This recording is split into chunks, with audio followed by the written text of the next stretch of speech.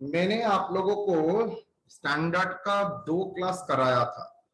उसमें first class था standard का framework, conceptual framework for preparation and presentation of financial statements, जहां पर बेसिकली हम लोगों ने जो 5 एलिमेंट होते हैं उसके ऊपर उसका डेफिनेशन, रिकॉग्निशन एंड मेजरमेंट के बारे में बात किया था, जहां तक मुझे याद है। सेकेंड स्टैंडर्ड है financial component of financial statement, जहां पर AS1 में हम लोगों ने income statement, general purpose financial statement के बारे में बताया था, statement of profit and loss account, balance sheet, ये सब हुआ था। थर्ड, आज हम लोग काम करेंगे, मतलब 4 में 2 हो चुका, आज 3 नंबर का काम होगा, that is property plant and equipment. जो पहले जो हम लोगों को यहाँ पर फिक्स एसेट बोल के है, प्रॉपर्टी प्लांट इक्विपमेंट बोल के अब चेंज हो गया है, तो वही यहाँ पर इंडेस का अंडर में 16 बोल के है। तो देखते हैं वहां पर क्या क्या बोला है। अच्छा, यहाँ पर कुछ डेफिनेशनल पार्ट है। आप लोग बेसिकली फर्स्ट टाइम जिंदगी में, फर्स्ट टाइम कोई अकाउंटिंग स्टैंडर्ड ऑफिशियली पढ़ रहे हैं। इससे पहले आप लोगों ने कभी अकाउंटिंग स्टैंडर्ड नहीं पढ़ा था, तो वो भी technical accounting standard. Sir AS1 पढ़ा था, वो क्या था? वो भी अकाउंटिंग स्टैंडर्ड है, लेकिन वो एक जनरल फ्रेमवर्क है। लेकिन यहाँ पर टेक्निकल इशू के ऊपर अकाउंटिंग स्टैंडर्ड फर्स्ट टाइम पढ़ रहे हैं। तो देखते हैं, हम लोगों का सिलेबस में 2 है, AS16 और AS30, earning per share and property plant equipment. तो दोनों ही पढ़ना है। प्रॉपर्टी प्लांट एंड इक्विपमेंट थोड़ा थ्योरेटिकल है, उसके साथ थोड़ा प्रॉब्लम हो सकता है, लेकिन AS33 पूरा ही प्रॉब्लम है। तो हम लोग जब करेंगे बिकॉज बहुत ज्यादा कुछ आपके सिलेबस में नहीं है, बहुत छोटा छोटा एरिया है, हम लोग छोटा छोटा एरिया पकड़ के ही करेंगे। मैं अगर सिलेबस कवरेज बोलूंगा तो सिलेबस में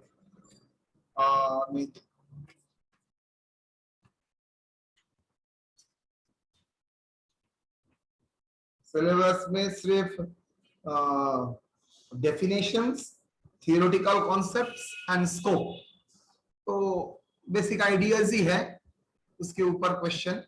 तो चलिए करते हैं।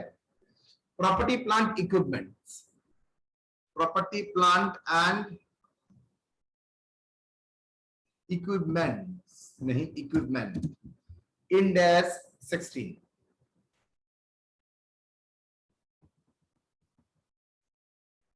कुछ कुछ डेफिनेशन इज इंपॉर्टेंट हो जाता है।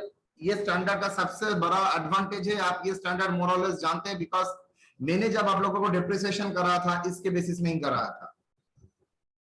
Cost, it is the amount of cash और कैश इक्विवेलेंट और the fair value of the consideration given to acquire an asset at the time of acquisition और कंस्ट्रक्शन। क्या बोल रहा है? बोल रहा है एनी प्रॉपर्टी का, प्लांट एंड इक्विपमेंट का कॉस्ट कैसे डिटरमिन होगा? 3 चीज से। एक, कैश, कैश इक्विवेलेंट, मतलब मैंने कैश नहीं दिया लेकिन कैश का इक्विवेलेंट शेयर्स दे दिया, non cash purchase, I think sir ने कराया था। और fair value of the consideration given, मतलब मान लीजिए मैंने कुछ एक्सचेंज में कुछ एसेट खरीदा है, तो उसके लिए that is the fair value of the consideration, जो कंसिडरेशन दे रहा हूं उसका, वो भी यहां पर आएगा। मतलब कैश एंड कैश इक्विवेलेंट, मतलब bank, short term cash and bank, इसके बारे में बोल रहा है। Fair value of the consideration, fair value of the consideration मतलब जो कंसिडरेशन में दे रहा हूं वो कंसिडरेशन का फेयर वैल्यू, अगर शेयर देता हूं तो उसका फेयर वैल्यू, कोई एसेट देता हूं तो उसका fair value. Fair value of the consideration given to acquire the asset, asset at the time of acquisition of acquire भी कर सकते हैं और कंस्ट्रक्शन ऑफ एसेट भी कर सकते हैं। तो दोनों का इसके लिए जितना अमाउंट पे करना पड़ता है, that is cost. Now what is carrying amount?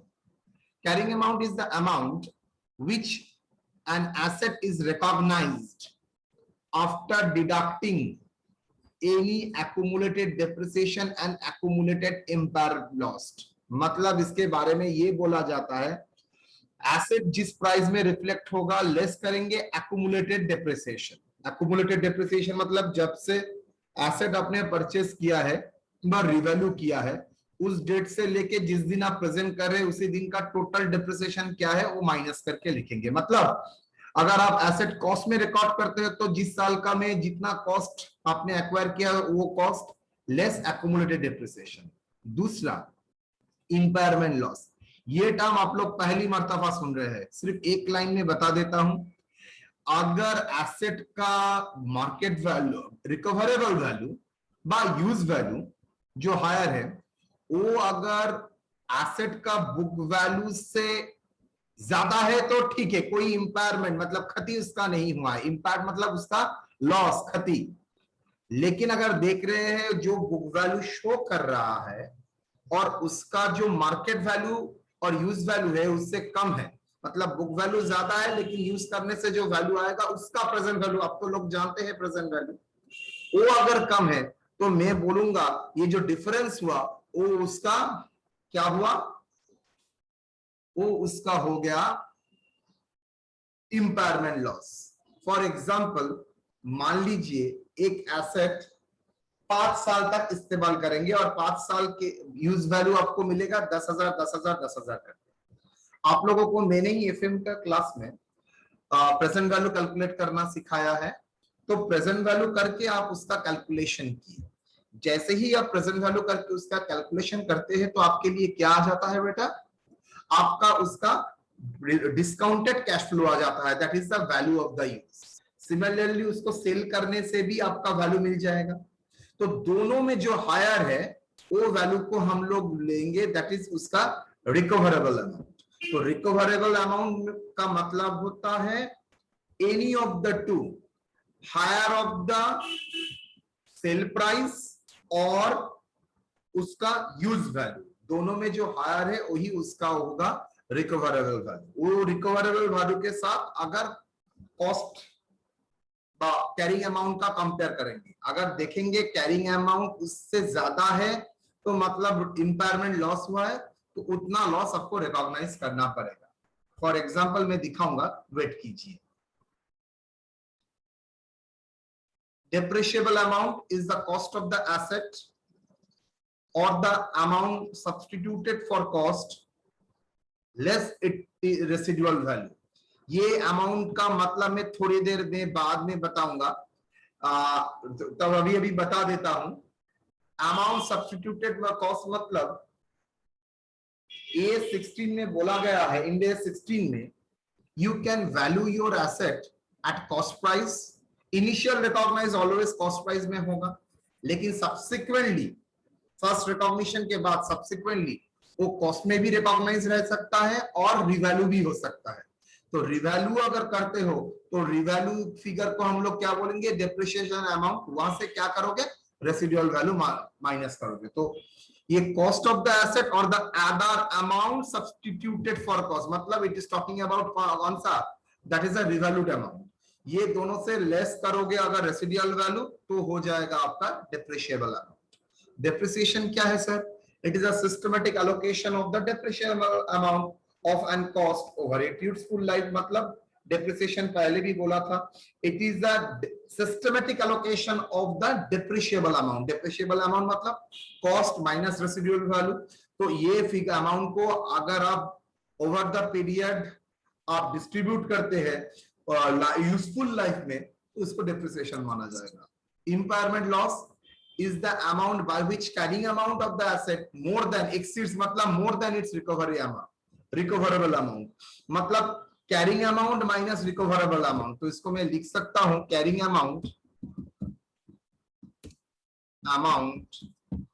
minus recoverable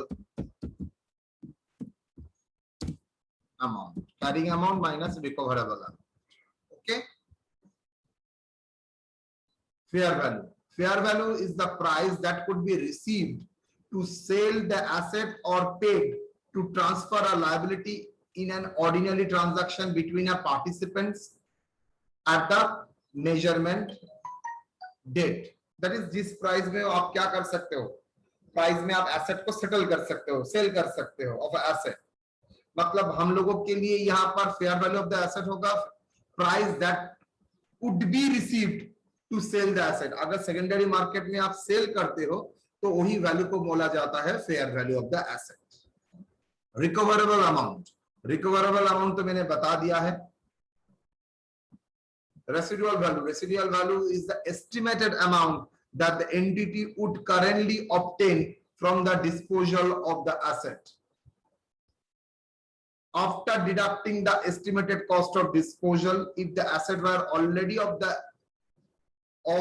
age and in the condition expected at the end of its useful life.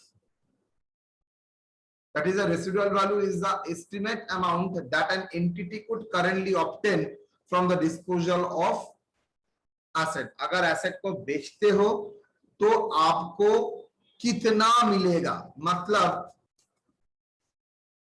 अगर 5 साल आप एसेट यूज करना चाहते हो तो 5 साल का एसेट अगर आज बेचते हो तो कितना आपको मिलेगा। That is the residual value of the asset is the estimated amount, मतलब एस्टिमेट किया जा रहा है that the entity would currently obtain from the disposable of the asset after deducting the estimated cost of the disposal if the asset were already of the age and in the condition expected at the end of the useful life। ये line का मतलब क्या है? ये line कोई नहीं पढ़ता है,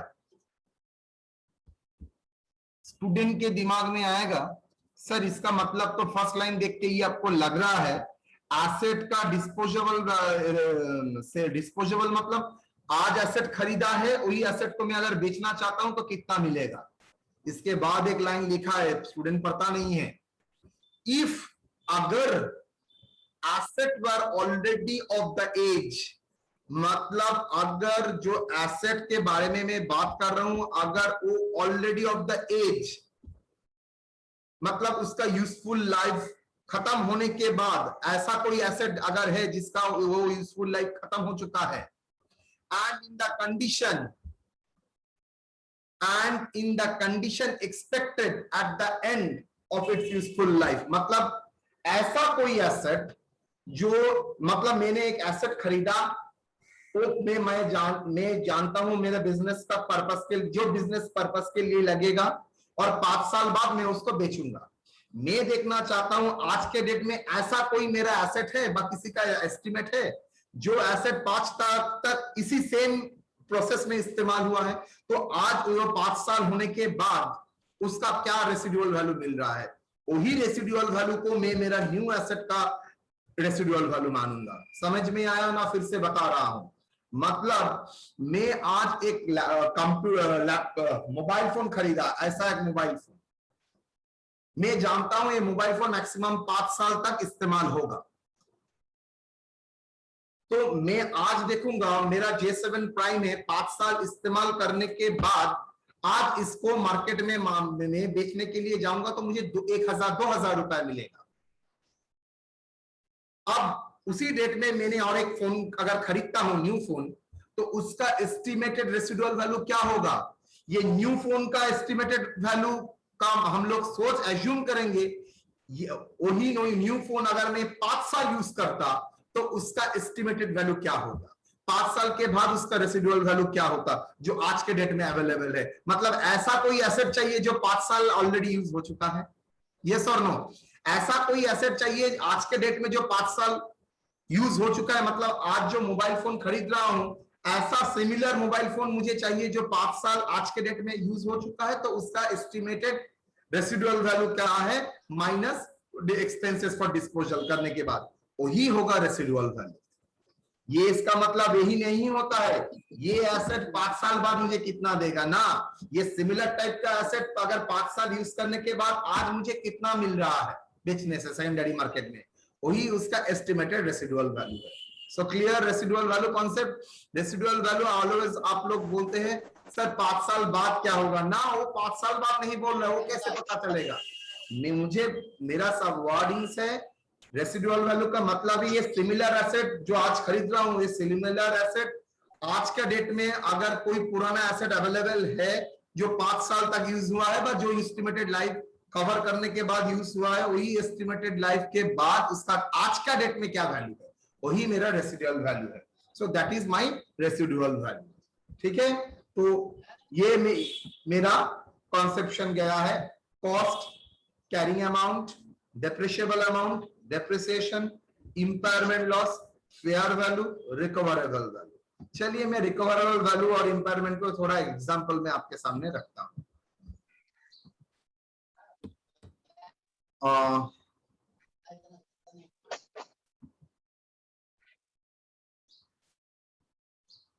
From the given data, calculate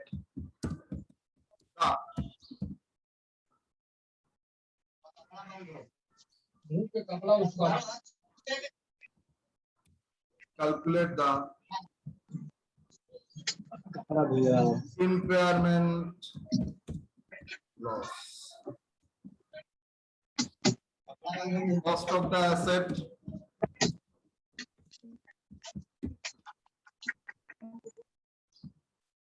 cost of the asset मान लो 1 lakh, less accumulated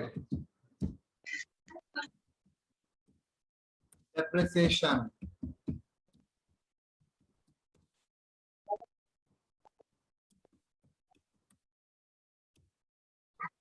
so carrying amount,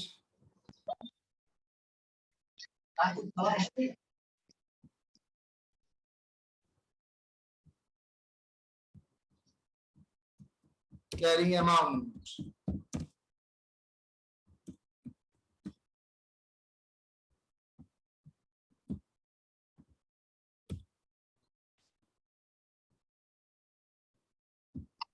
disposal value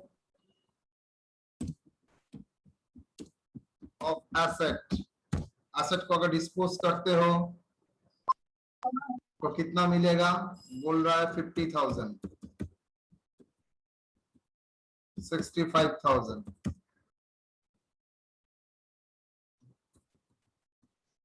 55,000. Expected cash flow,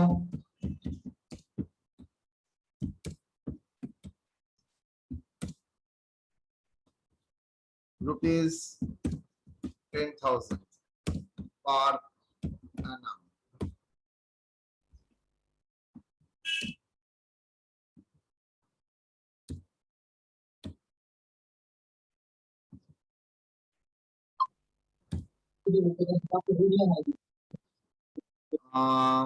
Discount rate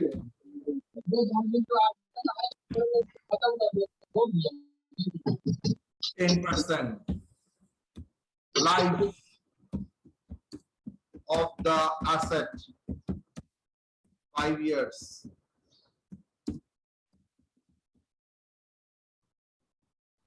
calculate तो मैंने बोल दिया है, ये दे दिया है, बोलो कैसे कैलकुलेट करोगे,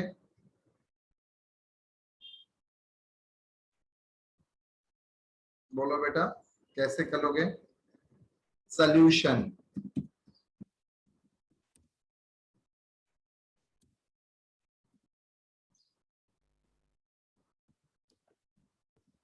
illustration,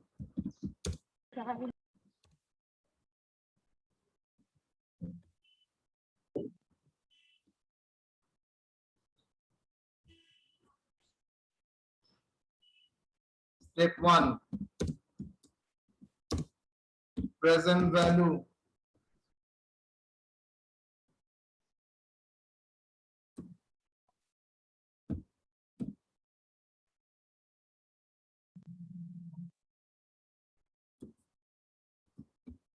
value in use, the present value of cash flow.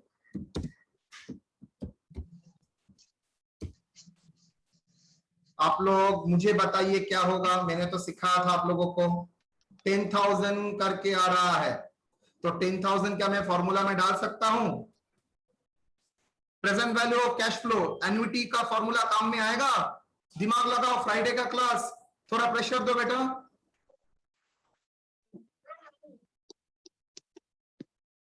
Present value of cash flow of annuity भूल गए हो, फ्राइडे को कराया था।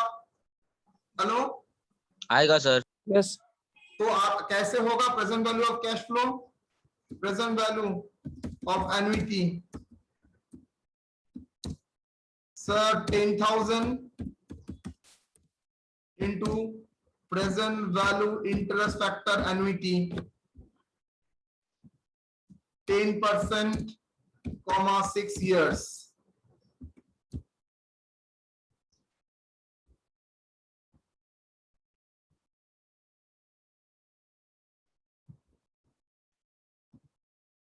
मुझे बोल सकते हो कितना, present value of annuity equal to 10,000 into a figure कितना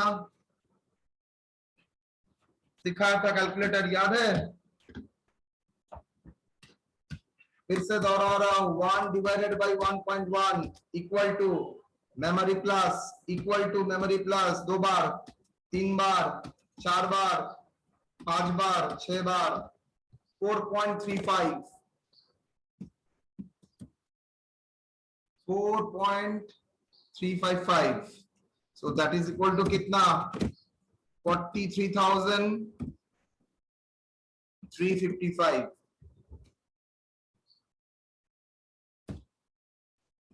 So step 2,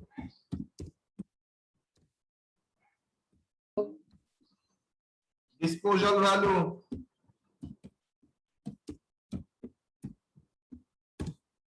equal to rupees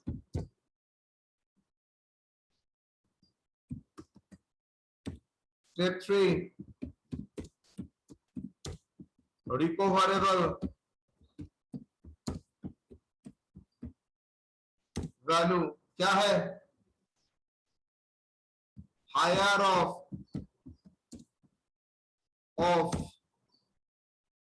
value in use and disposal value.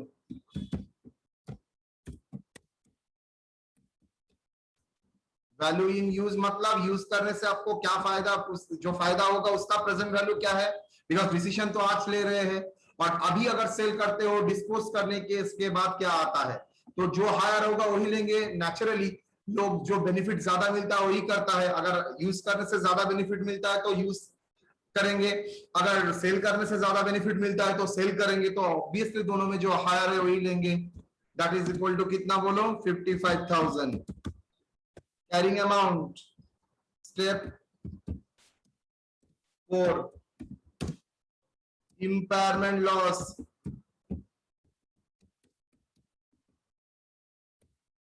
Recognise होगा और ना यही होगा यार। Carrying amount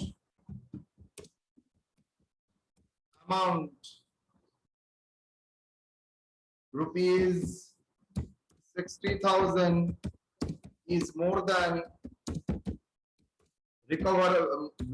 recoverable amount, rupees 55,000. So there is an impairment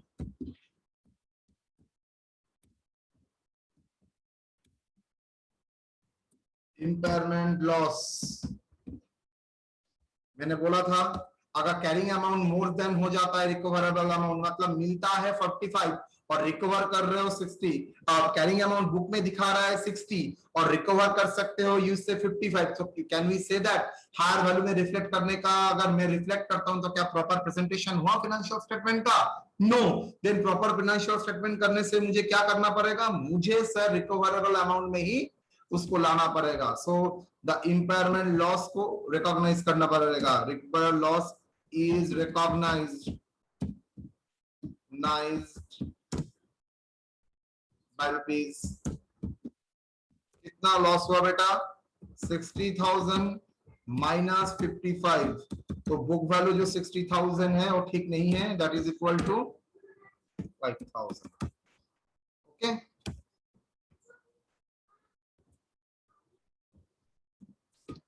Step 5, revised carrying amount as on 31/3/2021.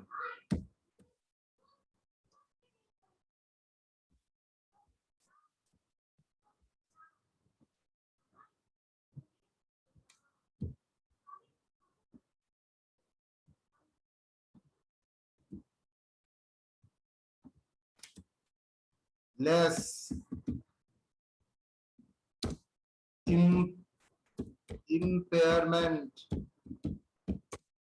loss कितना 5,000.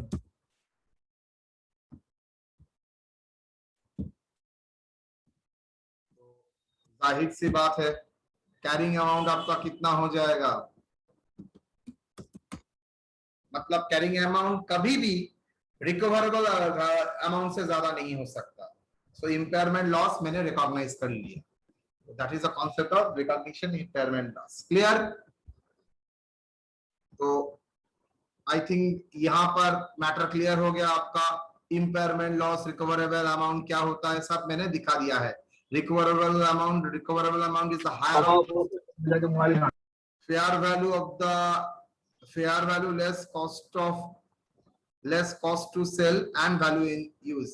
Fair value मतलब से asset cell करने से जो वैल्यू आता है वही फेयर वैल्यू होता है.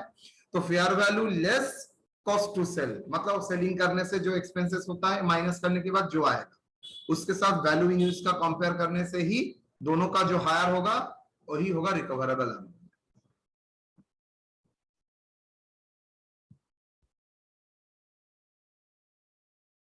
carrying amount 31/3/2021.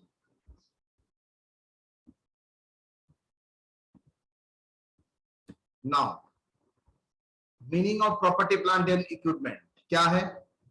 Property, plant, equipment का definition, it is a tangible fixed asset. मतलब हम लोग मैंने जो फाइनल अकाउंट कराया था सेमेस्टर 5 में वो इंडेक्स के तरह एप्लीकेबल नहीं है. क्यों सर? याद करो मैंने प्रॉपर्टी प्लांट इक्विपमेंट के डेफिनेशन में हेडिंग में बैलेंस शीट में इंटेंजिबल एसेट भी कराया था, गुडविल कराया था और कराने के बाद ये बोला था ये मैं गलत कर रहा हूं. याद है?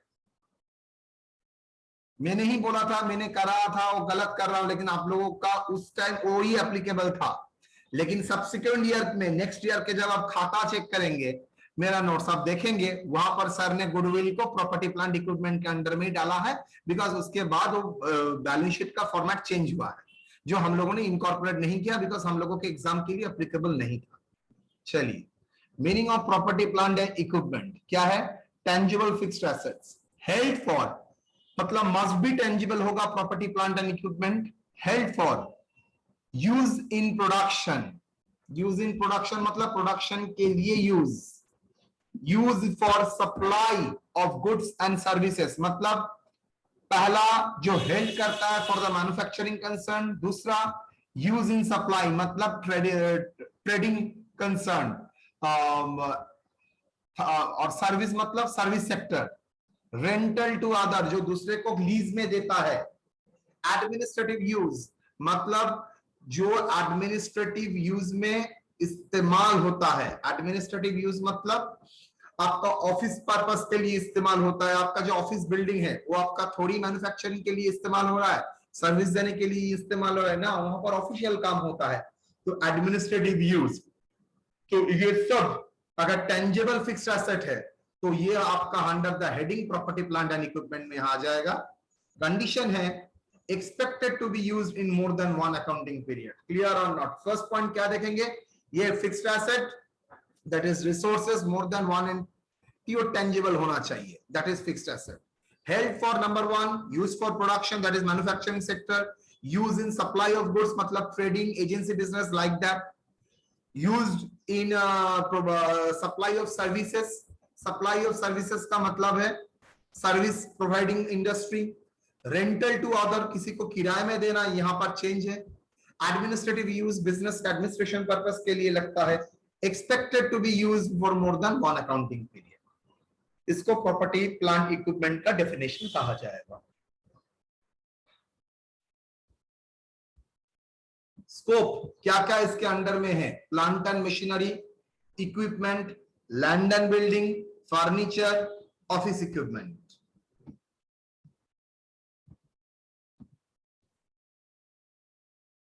Exclusion from the scope, क्या का exclusion है, स्कोप के भीतर नहीं है. स्कोप बोलेगा तो उसके भीतर क्या क्या है वो लिखोगे.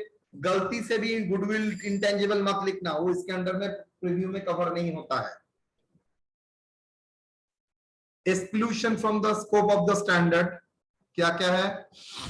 प्रॉपर्टी, पीपीई मतलब property plant equipment held for the sale, जो आपने डी रिकॉग्नाइज कर दिया, मतलब आप उस एसेट को इस्तेमाल नहीं करेंगे, उसको डी रिकॉग्नाइज कर दो. That is property plant equipment held for sale. मतलब आपका एक एसेट है, मशीनरी है, लेकिन आप देख रहे हो मशीनरी से अच्छा काम नहीं हो रहा है, तो न्यू एसेट खरीदा है.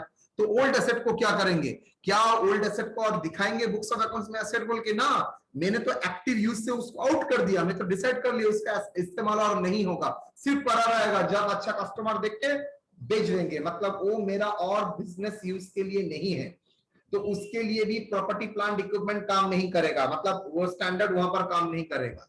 तो property plant equipment held for sale, बेचने के लिए आपने रखा है. बहुत सारे टाइम हायर परचेज में प्रॉब्लम में आप देखे हैं, एसेट को रिपोजेस किया, उसके बाद एक्सपेक्टेड टू सेल बोला है, मतलब सेल नहीं बोला है, मतलब property held for sale purpose. PPE held for the discontinued operation, जो बिजनेस आप कंटिन्यू ही नहीं करना चाहते हैं, तो वो वहां का जो प्लांट प्रॉपर्टी इक्विपमेंट है, वो प्लांट प्रॉपर्टी इक्विपमेंट उस बिजनेस का इस प्लांट प्रॉपर्टी इक्विपमेंट का स्टैंडर्ड मतलब A16 के अंडर में उसका ट्रीटमेंट नहीं होगा, उसके लिए A16 एप्लीकेबल नहीं होगा. Biological asset relating to agricultural activities, biological asset मतलब पेड़ पौधा जो है वो सब बायोलॉजिकल एसेट है. वो एग्रीकल्चरल एक्टिविटीज में आपका एसेट यहां पर नहीं होगा, बिकॉज एग्रीकल्चरल अकाउंटिंग इंडिया 41 है, वो वहां पर डील करेगा.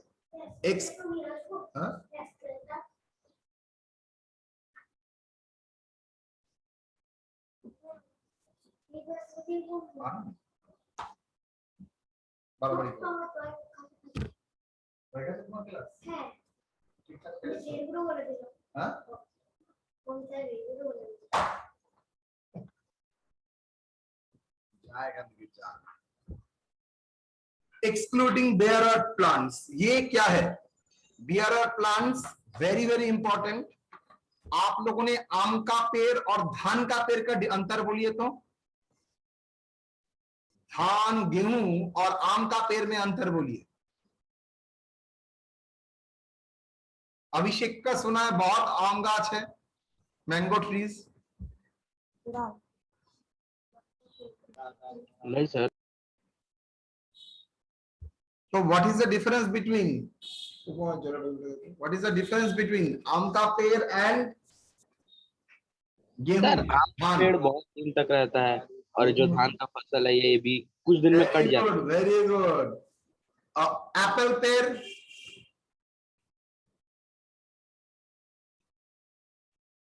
कोकोनट ट्री, ये क्या जिंदगी में एक बार फल देता है ना बहुत बार फल देता है. बार बार देता है सर. इसको बोलते हैं बेयरर प्लांट. तो बेयरर प्लांट के लिए प्रॉपर्टी प्लांट इक्विपमेंट एप्लीकेबल है, लेकिन गेहूं के लिए, धान के लिए बेयरर प्लांट एप्लीकेबल नहीं है. पाट के लिए बेयरर ये एसेट पीपीई एप्लीकेबल नहीं है. एक्चुअली पीपीई मतलब पीपीई कितना है, exploration and evaluation asset. Exploration and evaluation asset का मतलब है जो एसेट एक्सप्लोरेशन काम के लिए यूज होता है. मिनरल राइट्स, मिनरल रिजर्व, ये सब इसके अंडर में कवर नहीं करेगा.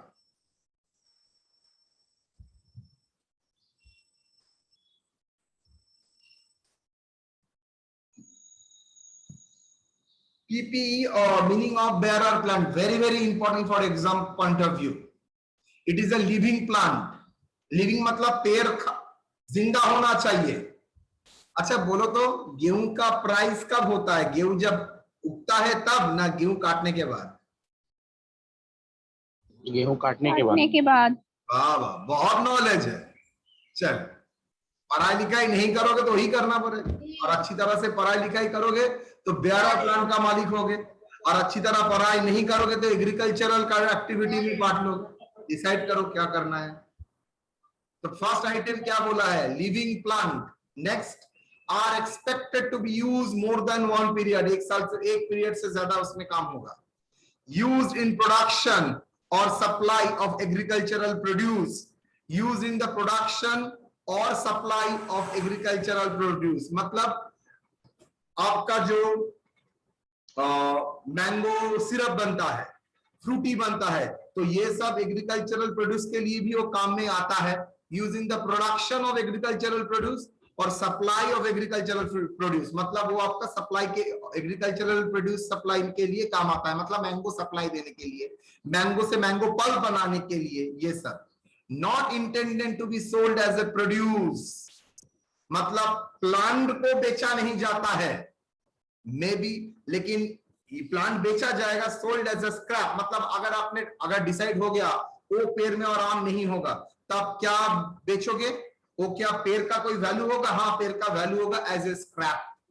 तो not intended to be sold as a produce, मतलब पेड़ को आप प्रोड्यूस की तरह सेल नहीं करोगे, रादर पेड़ को सेल कर सकते हो एज ए स्क्रैप।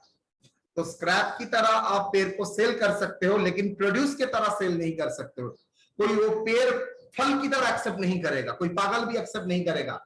आम का फल एक्सेप्ट करता है, कोई पेड़ को एक्सेप्ट करता है? पेड़ को फल की तरह मानता है ना, पेड़ को स्क्रैप की तरह मानता है।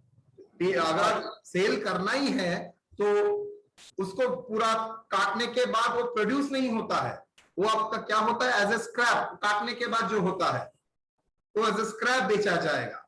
So that is the definition of bearer plant.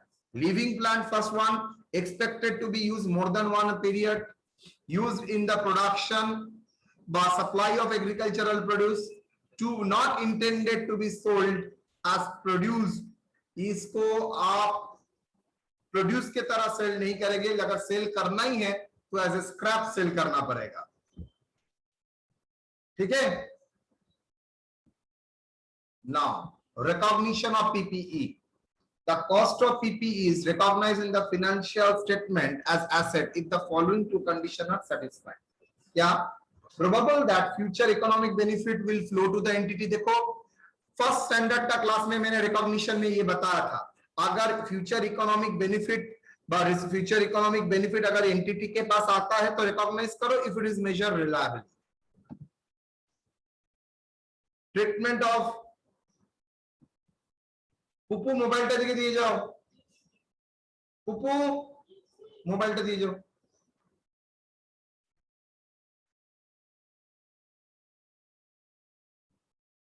Treatment of spare parts and standalone item।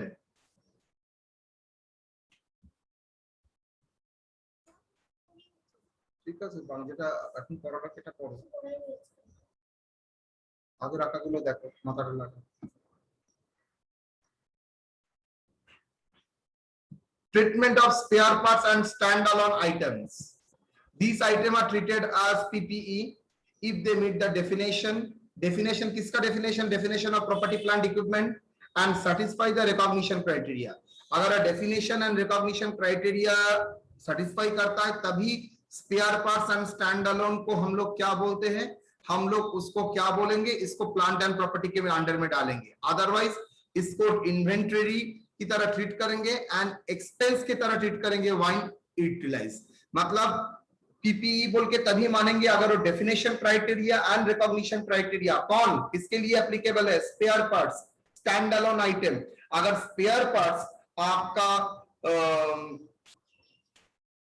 और स्टैंड अलोन आइटम आपका मशीनरी का स्पेयर आइटम, अगर पार्ट्स बस ये आपका डेफिनेशन अगर प्रॉपर्टी प्लांट इक्विपमेंट फॉलो करता है एंड आपका रिकॉग्निशन क्राइटेरिया फुलफिल करता है तो आप उसको पीपी के तरह ट्रीट करेंगे।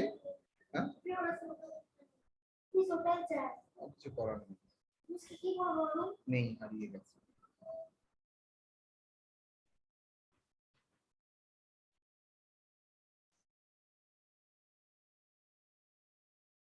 तो उसको आप लोग क्या बोलेंगे, प्रॉपर्टी प्लांट एंड इक्विपमेंट की तरह ट्रीट करेंगे, otherwise treated as inventory on expenses. कभी कभी स्पेयर पार्ट्स अगर सब्सटेंशियल अमाउंट का प्राइस होगा तब उसका आप उसको ट्रीट कर सकते हैं। चलिए मैं जब टाइम आएगा तब बताऊंगा। अच्छा, treatment of safety and environmental equipment. कुछ कुछ इक्विपमेंट होता है जो आपका प्रोडक्शन काम में नहीं आता है। फॉर पॉल्यूशन कंट्रोल इक्विपमेंट, वो आपका प्रोडक्शन थोड़ी में काम में आता है, लेकिन प्रोडक्शन काम को, प्रोडक्शन एसेट से फ्यूचर बेनिफिट मिले, मतलब दूसरा एसेट से फ्यूचर बेनिफिट मिले, ये करने के लिए असिस्ट करता है। फॉर एग्जांपल, अगर गवर्नमेंट का रेगुलेशन है, अगर आप पॉल्यूशन कंट्रोल इक्विपमेंट नहीं लगाते हैं तो आपका मशीन को चलने नहीं दिया जाएगा। तो भाई मशीन चलने से उससे वैल्यू मिलने के लिए आपको तो इक्विपमेंट लगेगा, environmental control, pollution control equipment लगेगा। तो पॉल्यूशन कंट्रोल इक्विपमेंट डायरेक्टली मुझको बेनिफिट नहीं देता है, लेकिन हाँ property plant, other plant assets मुझे बेनिफिट दे, इसके लिए उसको सहायता करता है, असिस्ट करता है। अगर ऐसा कोई प्रॉपर्टी प्लांट, ऐसा कोई एसेट है जो ये डेफिनेशन में सेटिस्फाई करता है तो उसको भी पीपीई कैटेगरी में जाएंगे। लिखो, no direct benefit, future economic benefit will flow from such asset to the entity. उस एसेट से आपको डायरेक्ट कोई बेनिफिट नहीं मिलेगा। एसिस्ट एंटिटी, एसिस्ट को हेल्प करता है टू ऑब्टेन, मिलने के लिए, the future economic benefit, Feb मतलब फरवरी नहीं, future economic benefit from its other asset, from the use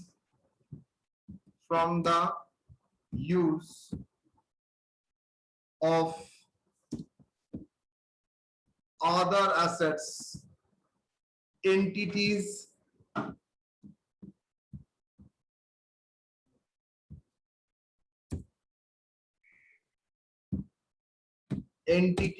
other asset, entity का दूसरा एसेट से आप फ्यूचर इकोनॉमिक बेनिफिट मिले, इसके लिए आपको सहायता करता है। Hence it is recognized as a PPE, इसके लिए उसको प्रॉपर्टी प्लांट इक्विपमेंट के कैटेगरी में डाला जाएगा। इनिशियल मेजरमेंट, तो मैंने यहां तक क्वेश्चन क्या हो सकता है, प्रॉपर्टी प्लांट इक्विपमेंट आपको सिर्फ बोल दिया है, बोल रहा है आपका एक प्लांट एंड मशीनरी है, क्या वो आपका प्रॉपर्टी प्लांट इक्विपमेंट का डेफिनेशन में जाएगा? आपका एक प्लांट एंड मशीनरी है, क्या वो प्रॉपर्टी प्लांट इक्विपमेंट में जाएगा बेटा? जाएगा तो सर 100% जाएगा। आपका एग्रीकल्चरल प्रोडक्ट मतलब धान गेहूं है, पैडीज है, क्या एग्रीकल्चरल यहां पर जाएगा? No sir. Yes. आपके पास एक प्लांट एंड मशीनरी है ऑफ डिसकंटिन्यूड बिजनेस, क्या वो प्रॉपर्टी प्लांट इक्विपमेंट में जाएगा? पीपीई हेडिंग में जाएगा?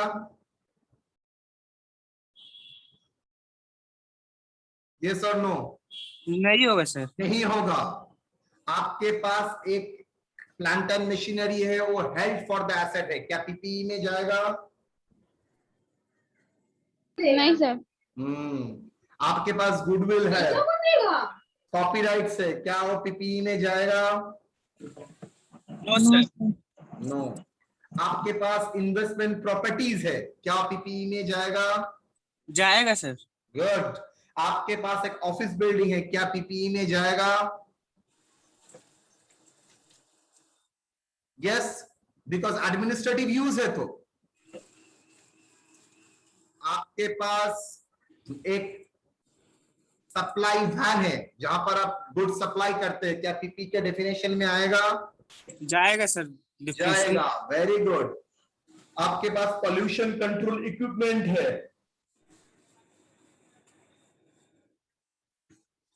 क्या आएगा?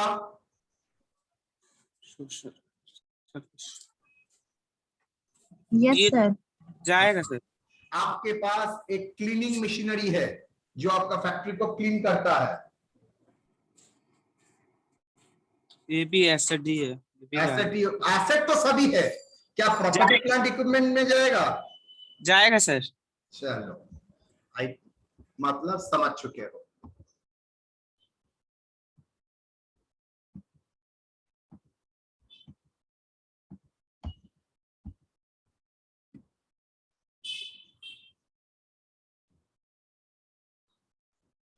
Now, initial measurement of the new asset purchased or acquired, जो asset purchase किया उसका initial measurement क्या होगा? Initial measurement of PPE should be at cost. पहला measurement always at cost में होगा. Meaning of cost, the cost of the item of PPE consists क्या क्या लेके होगा? Purchase price मतलब purchase price at cash price or cash equivalent, including import duty less stress discount. तो क्या क्या आएगा? Purchase price plus cash equivalent including import duty less trade discount. अच्छा बोलो तो import duty बोला है, GST क्यों नहीं बोला है? सर कस्टम में जीएसटी यूज नहीं होता है। क्या गला ही दबा दूंगा? इतना कॉपी मारा है, उस टाइम नहीं देखा है? भर भर के तो इंटरनल में लिखा था। सब क्वेश्चन तो कस्टम के अटेम्प्ट किया था इंटरनल में, तो आईजीएसटी नहीं लगा था? लगा था सर। हाँ, मैं बोल रहा हूँ इंपोर्ट ड्यूटी ऐड होगा, जीएसटी कंपोनेंट ऐड क्यों नहीं होगा? होगा ना नहीं होगा? यहाँ पे एसेट परचेस हो रहा है ना सर बाहर से माल अदर बेटा, मैंने सिखा था अगर जो टैक्स देते हो वो दूसरा जगह से अगर सेट ऑफ कर सकते हो, रिकवरी कर सकते हो, तो आपका कॉस्ट नहीं माना जाएगा। आप मेरे लिए अगर कोई एक पेन खरीदते हैं, जो मैंने ही बोला है, याद है मैं आप लोगों के लिए खरीदने के लिए कुछ बोल दिया, जब मेरे लिए एक बिरयानी का पैकेट लेके आओ, मेरे घर के लिए 4 बिरयानी का पैकेट लेके आओ, तो ये क्या आप लोगों का खर्चा हुआ ना मेरा खर्चा हुआ? तो मेरा खर्चा है, आप पे कर रहे हैं। अगर कोई खर्चा रीइंबर्समेंट हो जाता है, रिकवरी हो जाता है, तो कभी भी आपका खर्चा बोल के एप्लीकेबल नहीं होगा। तो इसलिए इंपोर्ट ड्यूटी का सेट ऑफ नहीं मिलता है तो इंपोर्ट ड्यूटी ऐड होगा, लेकिन any kind of GST will not be added.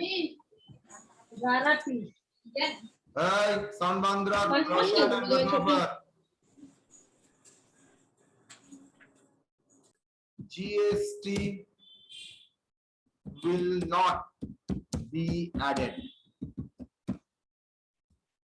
GST component add नहीं होगा।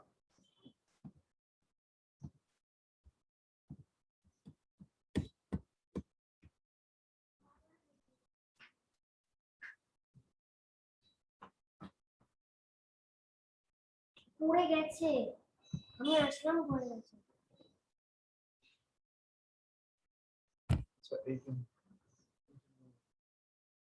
एक सेकंड,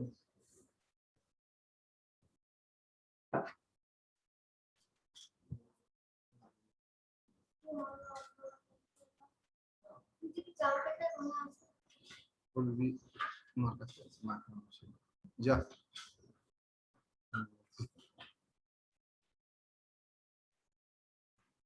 purchase price.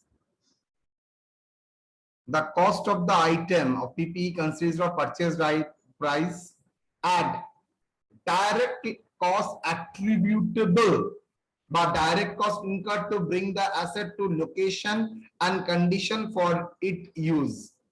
अच्छा,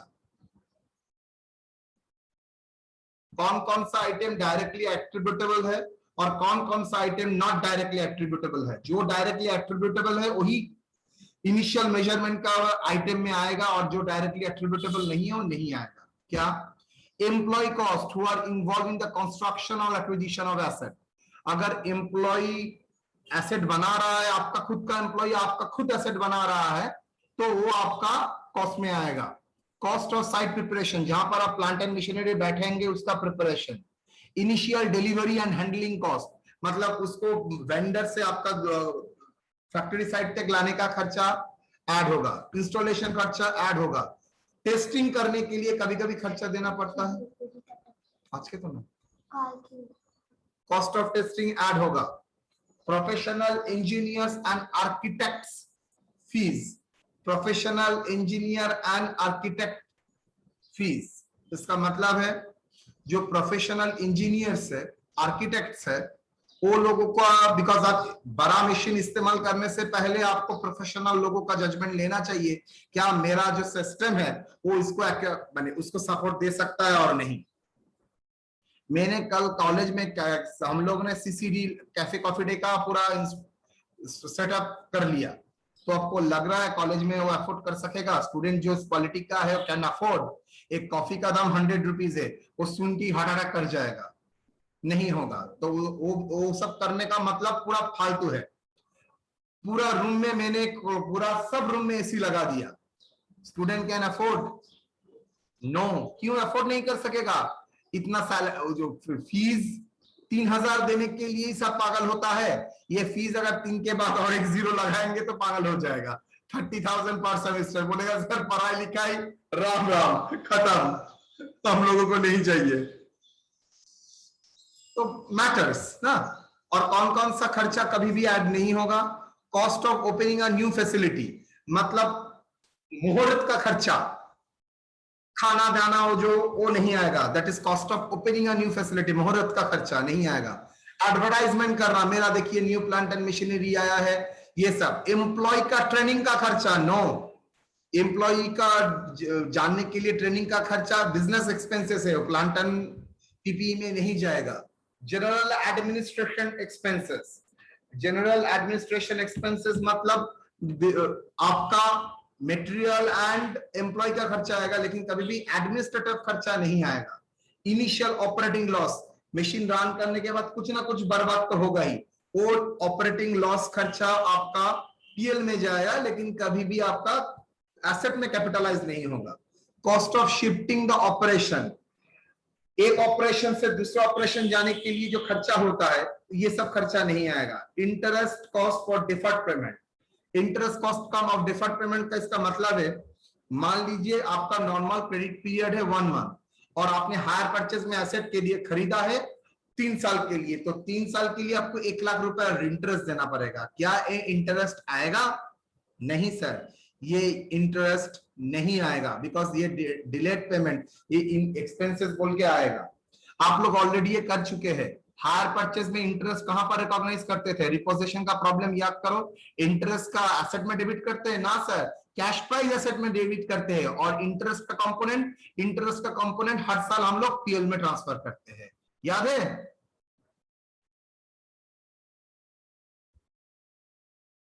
चलिए, illustration. ABC Limited in installing the new plant at its production capacity. अच्छा, number C point is very important. Present value of initial estimated dismantling or removing cost. मतलब मैंने आपको एक जमीन दिया लीज में, जहां पर आपको मैंने बोला है जब आप रिटर्न करेंगे तब आप क्या करेंगे, उसको आप जमीन को क्लियर करके मुझे दीजिएगा। तो आपने क्या किया, उस जमीन के ऊपर एक बिल्डिंग खड़ा कर लिया, उसके ऊपर आपने काम किया जो अलाउ था। अब 20 साल बाद आप जब उसको रिटर्न करेंगे तब उसको क्या बिल्डिंग सहित देंगे ना, पूरा जो कंस्ट्रक्शन आपने किया उसको क्लियर करके पूरा जैसे मैंने आपको दिया उसी फॉर्म में आप उसको देंगे। इसको बोला जाता है डिसमेंटलिंग खर्चा। तो डिसमेंटलिंग खर्चा का प्रेजेंट वैल्यू, बिकॉज आपको 20 साल बाद डिसमेंटलिंग करना है, तो उसका प्रेजेंट वैल्यू ही आपको क्या करना पड़ेगा, आपको प्रॉपर्टी प्लांट इक्विपमेंट में ऐड करना पड़ेगा। तो ये भी एक कैपिटल एक्सपेंडिचर है। तो चलिए, इलस्ट्रेशन, मैं एक प्रॉब्लम इलस्ट्रेशन में दे रहा हूं, आप लोग देखिएगा। यहां तक कोई डाउट है? यहां तक किसी का कोई डाउट है? इनिशियल मेजरमेंट, बिकॉज क्वेश्चन आएगा ही, स्कोप, इनिशियल मेजरमेंट, ये सबसे क्वेश्चन आएगा, कोई ऑप्शन नहीं है। देख लीजिए,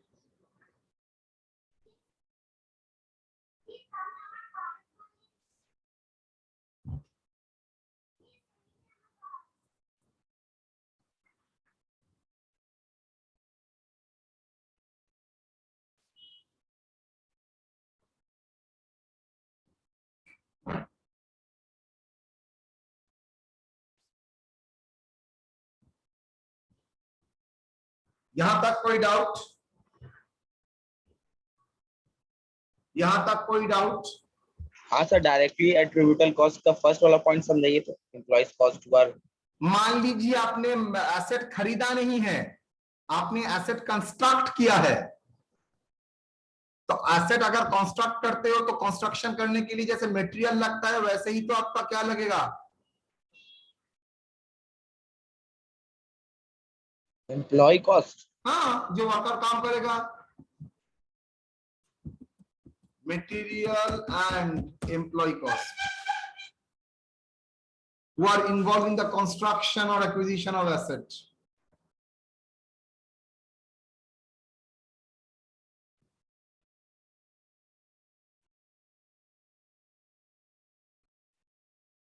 ठीक है, हाँ sir, okay.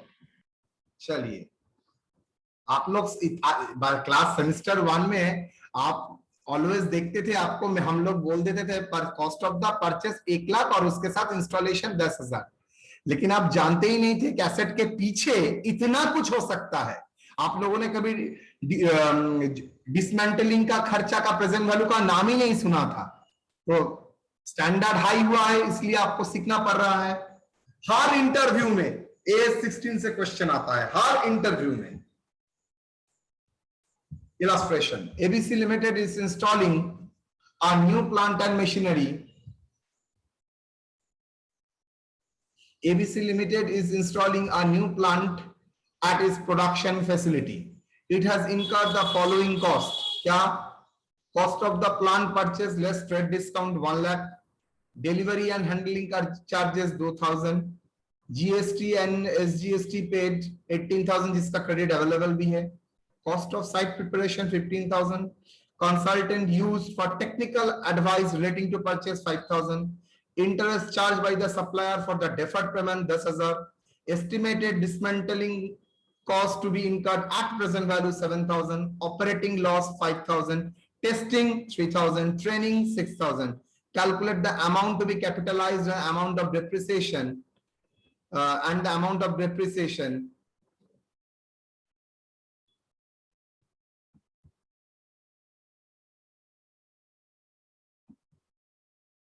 Given that residual value estimated after 5 years rupees 12,000 as per Ind AS 16. Residual value मतलब आज का डेट में ऐसा 5 साल इस्तेमाल वाला कोई पुराना एसेट का क्या वैल्यू मिल रहा है। Residual value estimated after 5 years 12,000। चलिए बोलिए, आप लोग बोलिए क्या आएगा एसेट में, क्या नहीं आएगा। सबसे पूछ रहा हूं, सबसे पूछ रहा हूं बेटा।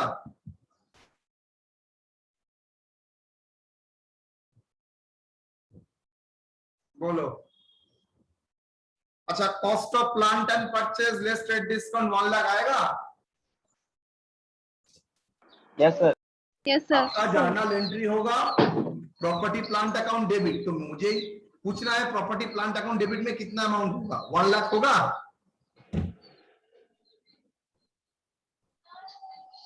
जी sir. Okay. Delivery and handling होगा? Yes sir. Good. CGST and SGST? नहीं सर। क्यों? बिकॉज सर उसका रिकवरी हो जाता है, और जिसका रिकवरी हो जाता है वो मेरा कभी भी एक्सपेंडिचर नहीं हो सकता।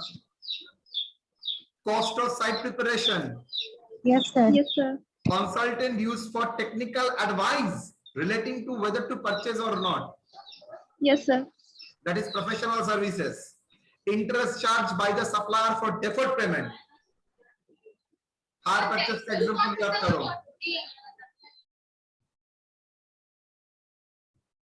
क्या होगा? सप्लायर इंटरेस्ट चार्ज कर रहा है लेट पेमेंट के लिए, क्या वो आएगा? नहीं आएगा ये सर। नहीं आएगा sir. Very good. Hire purchase का एग्जांपल याद रखिए सर, पता चल जाएगा।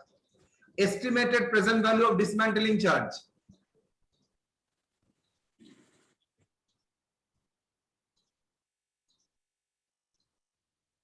बोलो, ये आएगा sir.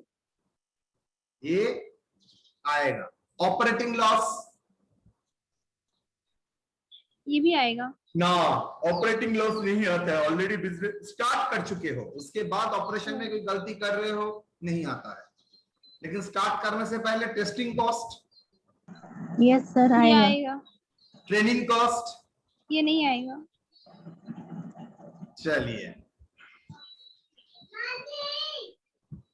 Total amount to be capitalise देखिए, 1 लाख आया है, डिलीवरी आया है, जीएसटी नहीं आया है,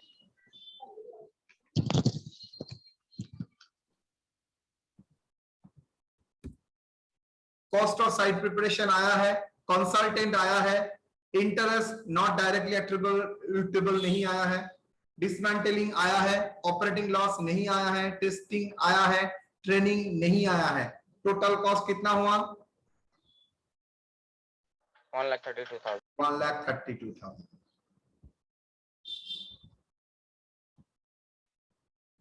Estimated life 5 years, residual value 12 years, depreciation क्या है? Depreciation cost minus residual value to be allocated systematically over the useful life of the asset, एक systematic allocation होगा, that is 25,000, clear? 24,000, Clear. यहां तक कोई doubt?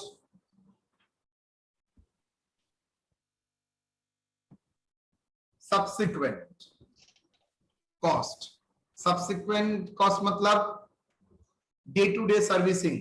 Day to day servicing अगर होता है मतलब इनिशियल मेजरमेंट के बाद अगर कोई का कॉस्ट होता है, that is day to day servicing cost, वो रिपेयर एंड मेंटेनेंस में पीएल में जाएगा। पार्ट रिप्लेसमेंट, कोई छोटा पुर्जा रिप्लेस कर दिया, component having substantial cost and different useful life other then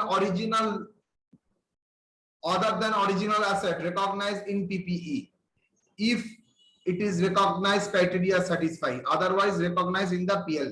इसका मतलब पुर्जा स्पेयर ये आपका पीएल में ही जाएगा, लेकिन कोई कंपोनेंट अगर सब्सटेंशियल पार्ट है और उसका डिफरेंट यूजफुल लाइफ है, मतलब प्लेन के लिए आपका इंजन, जहाज के लिए उसका इंजन, उसका लाइफ और जहाज का लाइफ अलग है, तो इसको बोलते हैं कंपोनेंट वाइज डिप्रिसिएशन। मतलब अगर आपको लग रहा है मैं कोई कंपोनेंट चेंज करूंगा और वो कंपोनेंट चेंज करने के बाद वो कंपोनेंट का डिफरेंट यूजफुल लाइफ है एंड सब्सटेंशियल पोर्शन है, तो उसको प्रॉपर्टी प्लांट इक्विपमेंट की तरह ही हम लोग मानेंगे।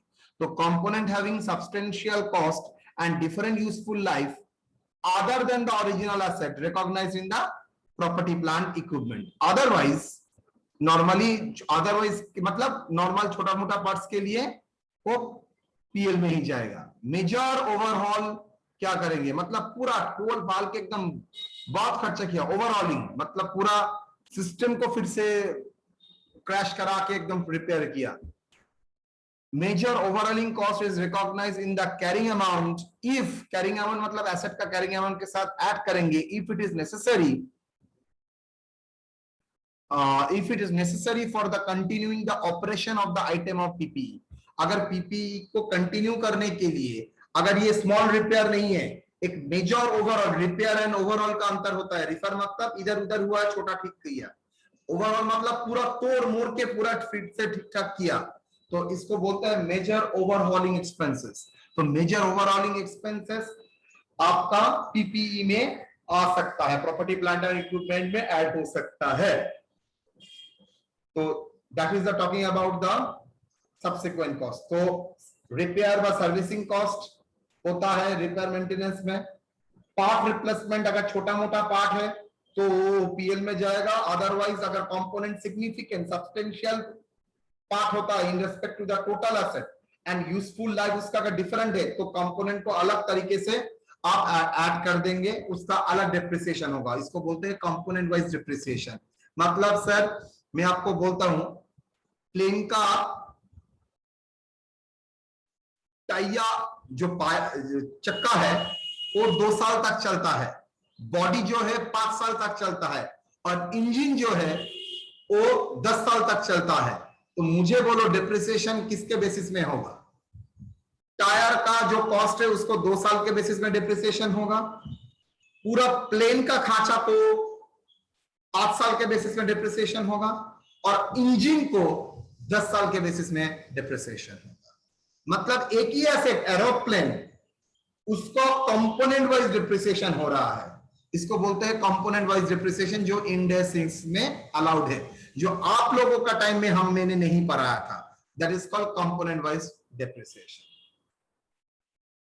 Major overall cost is recognized in the carrying amount if it is necessary for continuing the operation, और मेजर हॉल होगा तो वो पीपीई में आएगा।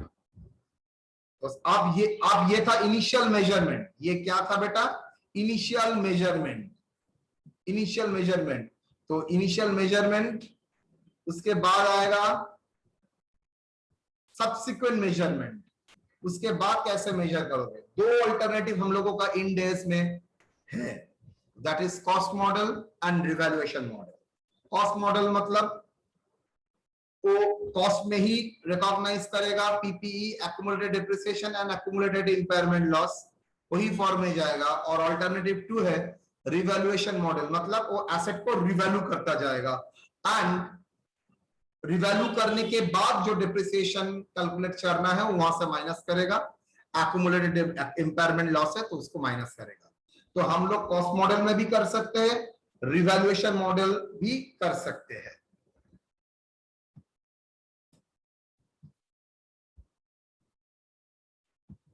Cost of the asset ₹1,000 and accumulated depreciation 250 on 31/12/2019. The asset are revalued on 1/4/19 at 1,100 and residual value 5,000.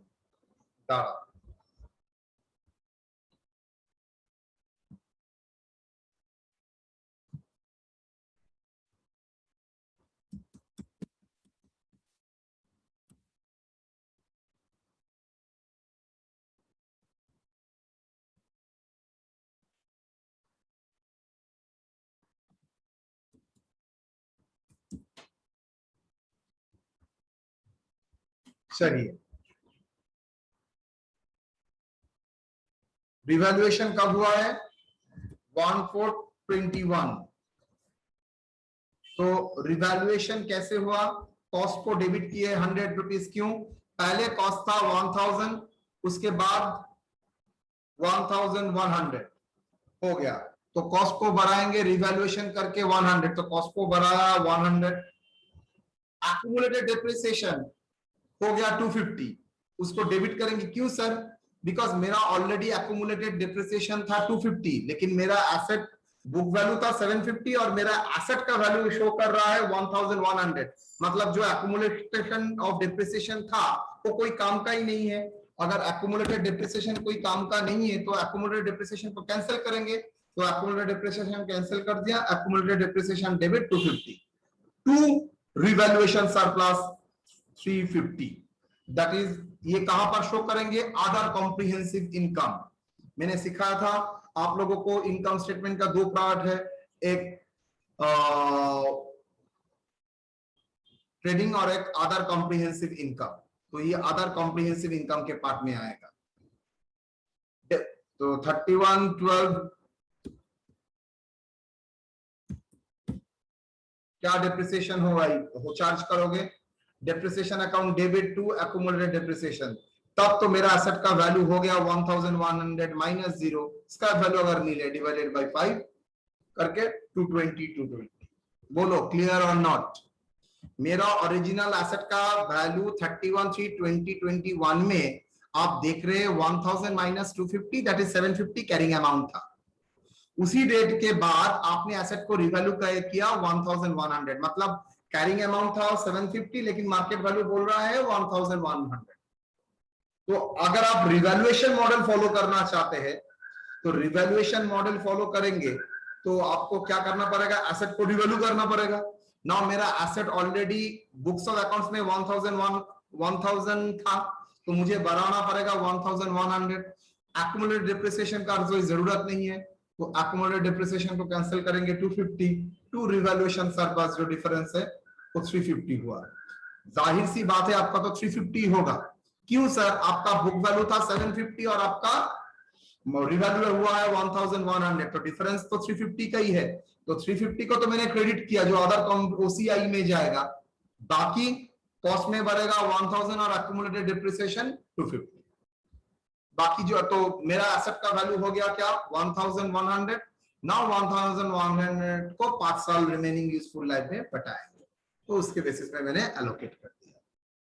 Clear और not? Yes sir. चलिए, तो revaluation, अच्छा सर ये रिवैल्यूएशन तो प्रॉफिट हुआ है, अगर रिवैल्यूएशन लॉस होता तो सर वो पीएल में जाता, रिवैल्यूएशन लॉस बोल के।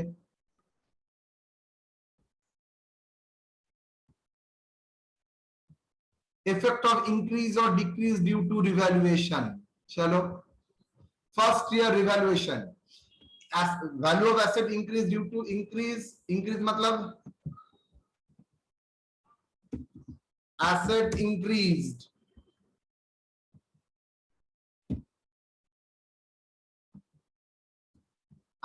increased due to revaluation should be recognized in OCI, other comprehensive income, and accumulated in the equity under the heading revaluation reserve। ठीक है, कोई प्रॉब्लम नहीं है, अदर कॉम्प्रिहेंसिव इनकम में रिवैल्यूएशन रिजर्व बोल के जाएगा।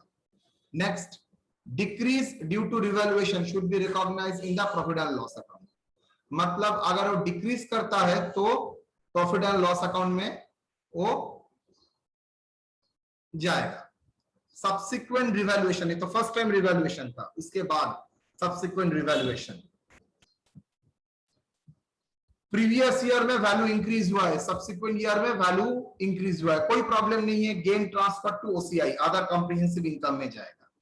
फर्स्ट ईयर में इंक्रीज हुआ है, सब्सिक्वेंटली डिक्रीज किया है, तो पहले बार जितना इंक्रीज किया है उसको कैंसिल करेंगे और बाकी जो डिफरेंस बचा है बैलेंस शीट में पीएल में एक्सपेंसेस बोल के जाएगा।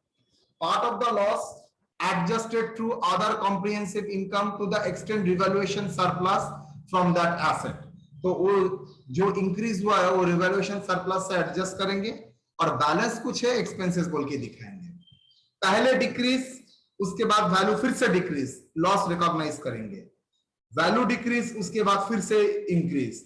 तो part of the gain recognise in the PL, मतलब पहले मान लीजिए 10,000 कम हुआ था, इसके बाद 20,000 बढ़ गया, तो पहला 10,000 कम के लिए वो पीएल में जाएगा, बिकॉज उस टाइम पीएल में लॉस हुआ था। अब वो पीएल में 10,000 जाएगा और बाकी जो 10,000 बचेगा वो ओसीआई, अदर कॉम्प्रिहेंसिव इनकम में वो जाके बैठ जाएगा। ठीक है, ये था रिवैल्यूएशन। यहां पर रिवैल्यूएशन से आपका प्रॉब्लम कुछ नहीं आएगा, मैक्सिमम मैंने जो छोटा दिया है उतना, और रिवैल्यूएशन का थ्योरी आ सकता है जैसे मैंने दिखाया है इस चार्ट में। Impact of depreciation, depreciable amount should be allocated on a systematic basis over the useful life. Useful life of the residual value should be reviewed at least at the end of the each year. मतलब depreciable amount systematic basis में जो allocated होगा over useful life के basis में allocated होगा। Useful life and residual value should be reviewed at least end of the each year. Residual value because मैंने जो estimate किया था और यूजफुल लाइफ वो सबको हर साल के अंत में रिव्यू करना पड़ेगा। Depreciation method should be reflect the pattern in which assets economic benefits are consumed. देखिए, इकोनॉमिक बेनिफिट अगर इक्वली कंप्यूट हो, इक्वली जाता है तो वो आप हम लोग क्या बोलेंगे, स्ट्रेट लाइन। इकोनॉमिक बेनिफिट अगर ग्रेजुअली फॉल कर रहा है तो उसको बोलेंगे डिमिनिशिंग। तो आपको बेनिफिट कैसे कंज्यूम हो रहा है उसी हिसाब से डिप्रिसिएशन का भी फॉर्मेट आपको फॉलो करना पड़ेगा। अगर सेम बेनिफिट आपको लगता है आपको मिलेगा तो वेरी गुड, आप स्ट्रेट लाइन फॉलो कीजिए।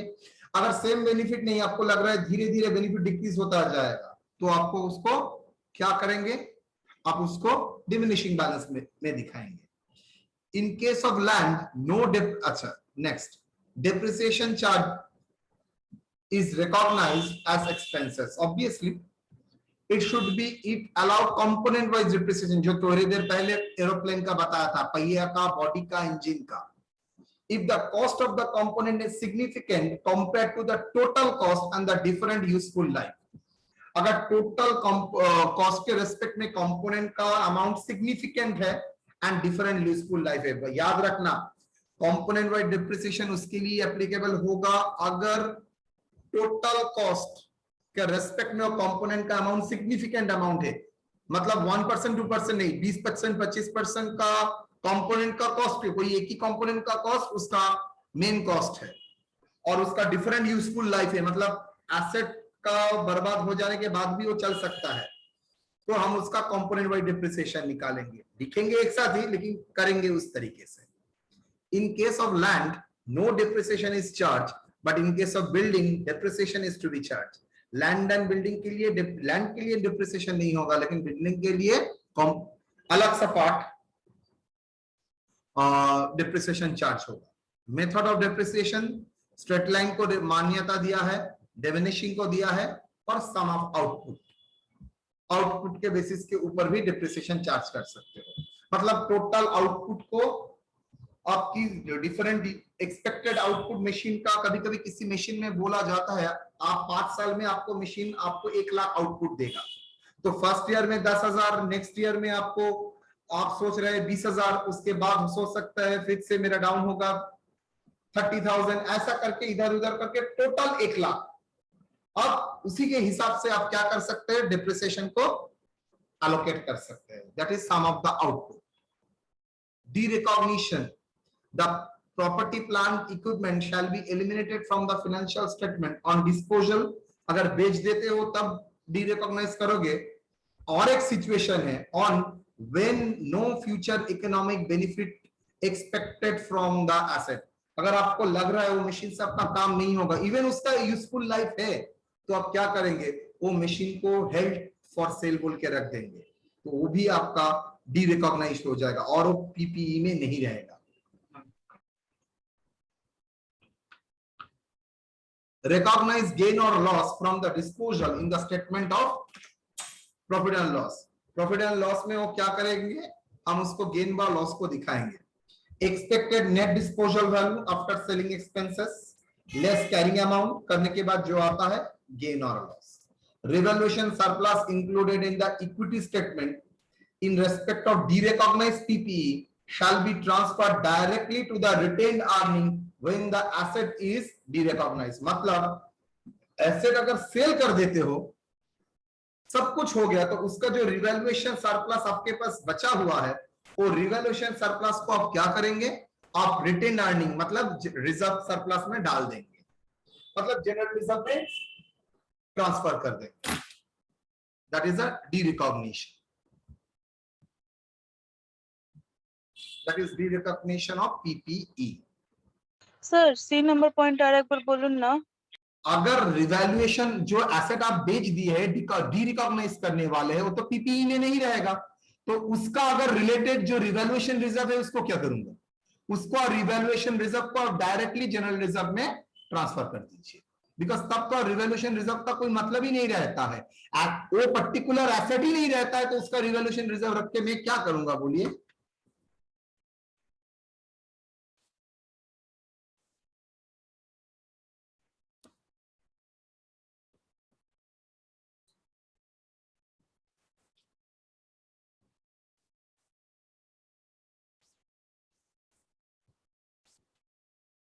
कोई सवाल यहां तक?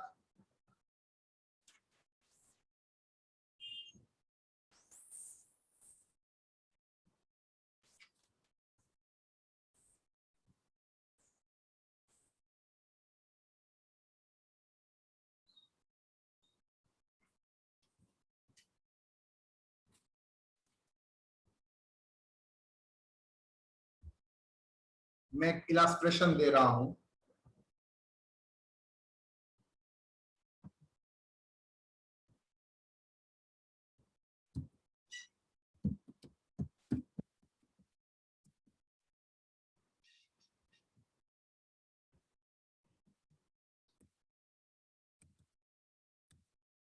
यहां तक आपका इंडेस होता है, छोटा छोटा प्रॉब्लम हो सकता है, छोटा छोटा देख रहा हूं।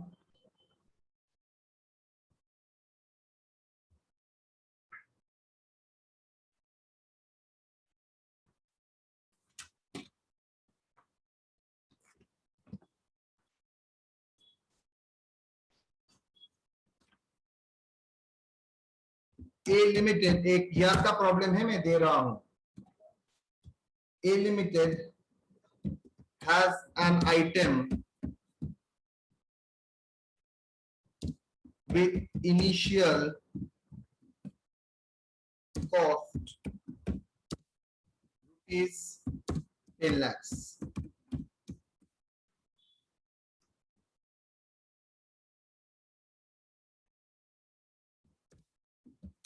At the date of revaluation, accumulated depreciation, मान लेते कोई impairment नहीं था, amounted to rupees 5,50,000. The fair value of PPE is estimated at rupees 5,50,000.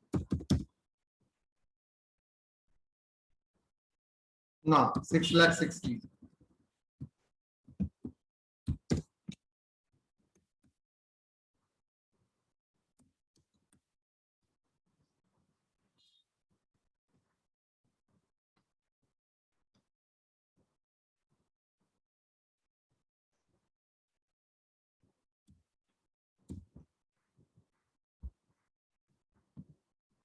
Show the treatment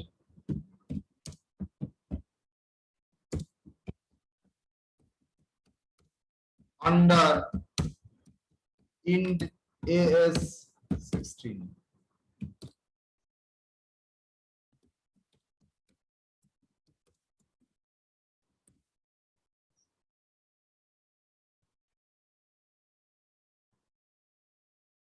Step 1,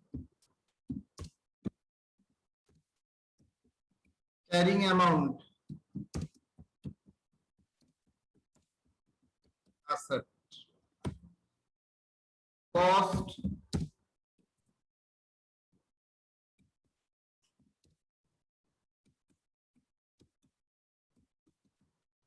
less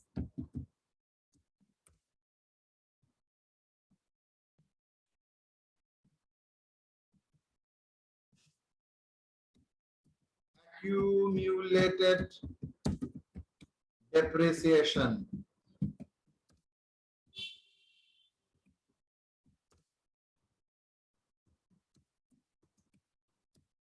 Carrying amount कितना?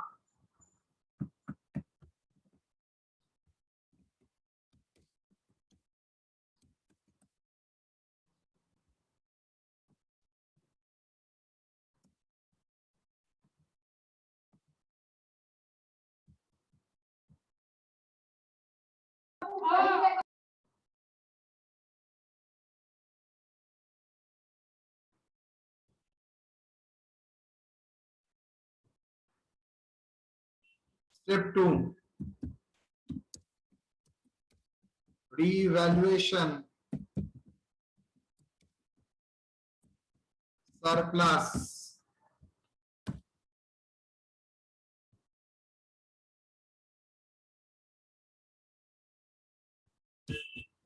Carrying amount, revalued fair value,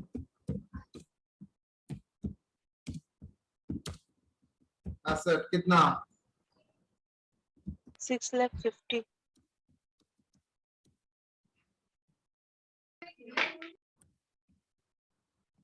Less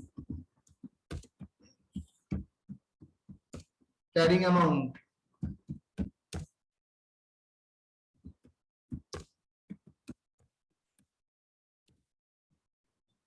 revaluation gain,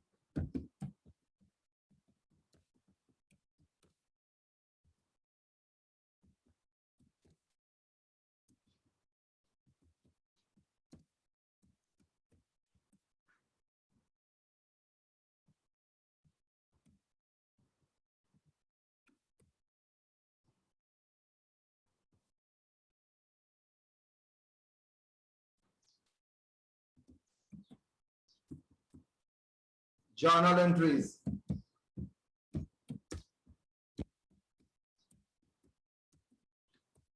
Number 1,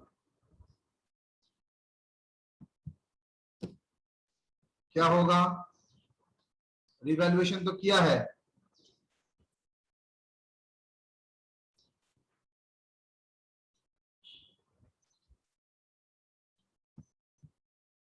क्या होगा journal? आपका asset का value बढ़ेगा, PPE account debit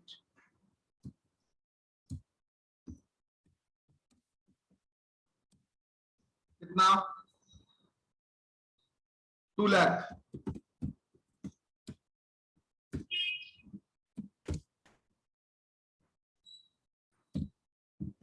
other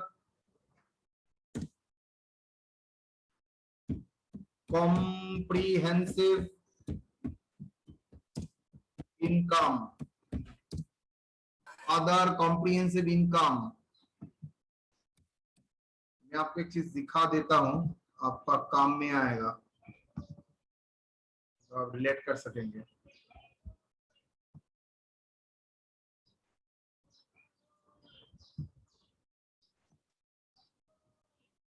AS1 कराया था ना, statement of PL में 2 पार्ट था, profit and loss for the year and other comprehensive income, मिला के टोटल कॉम्प्रिहेंसिव इनकम। तो देखिए, तो ये अदर कॉम्प्रिहेंसिव इनकम में क्या आता था, याद है? द गेन और loss due to use of revaluation model as पर Ind AS।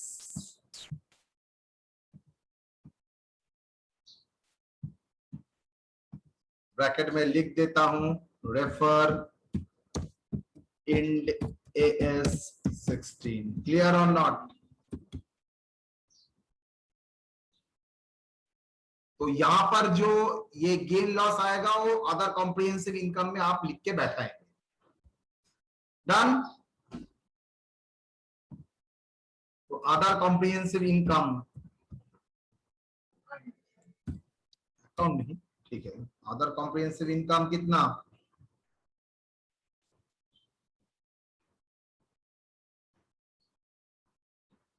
2 lakh.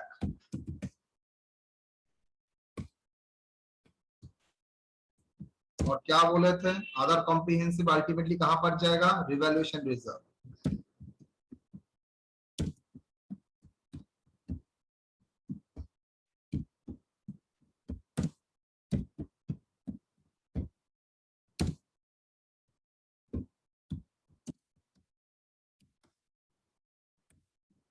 to revaluation reserve.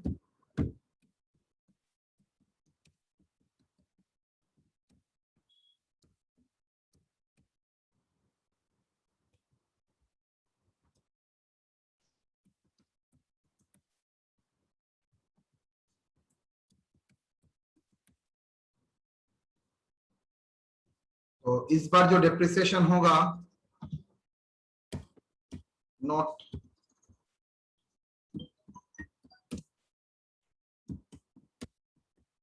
depreciation to be charged कहां पर? on revalued amount।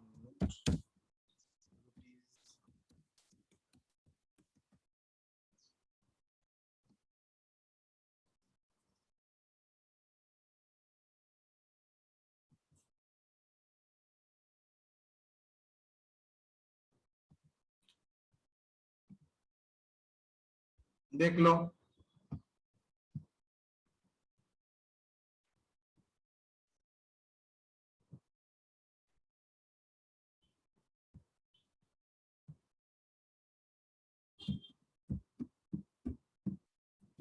illustration।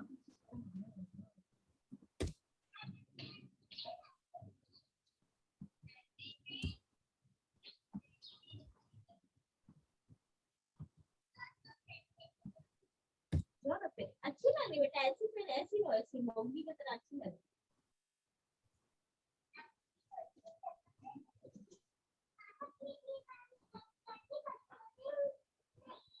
हाँ बेटा, आज क्या नाश्ता सीखी? A car is purchased at rupees 10 lakhs. रात को रोजा Body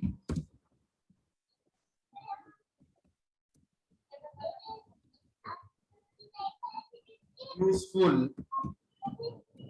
life is computed as follows.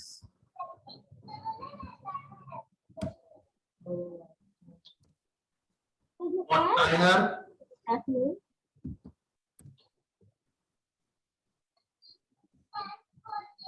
rupees 1 lakh, 2 lakh, 1 lakh, 5 years for engine rupees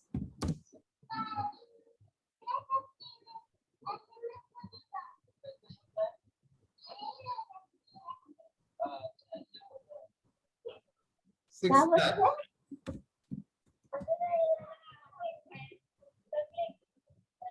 10 years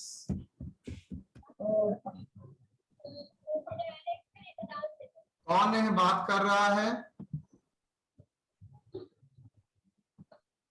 कनिस Fatima बंद रखो। कनिस फातिमा, टायर, इंजन, उसके बाद body rupees 3 lakh for 6 years.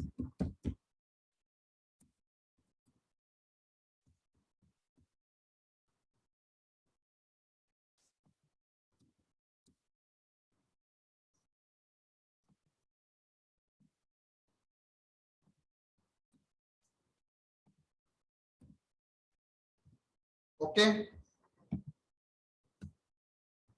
Calculate the amount of depreciation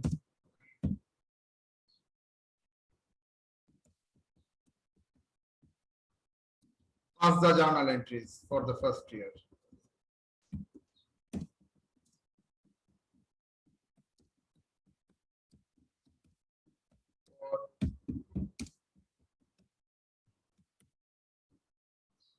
Journal entries for the first year.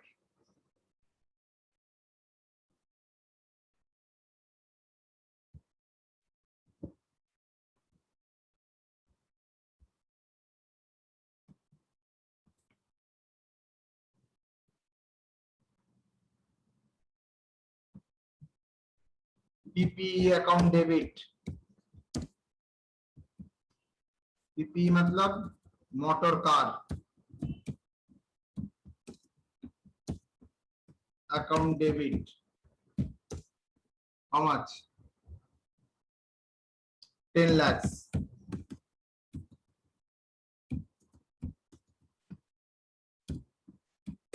Cash.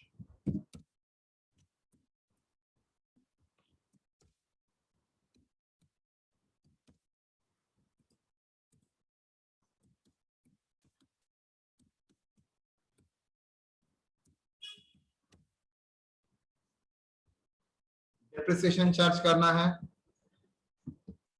Depreciation account debit to accumulated depreciation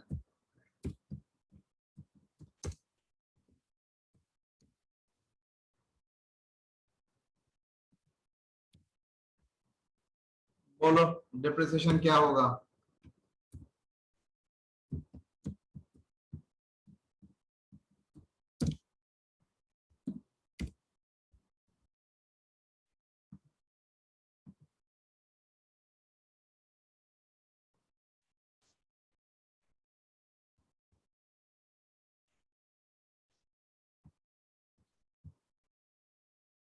component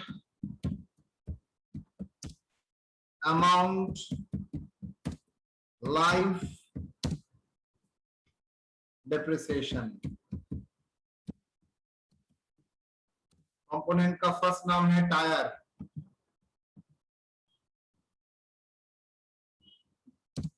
amount कितना है tyre का बेटा? 1 lakh. Useful life 5 years. तो बोलिए अगर systematic allocation करते हैं useful life में कितना होता है?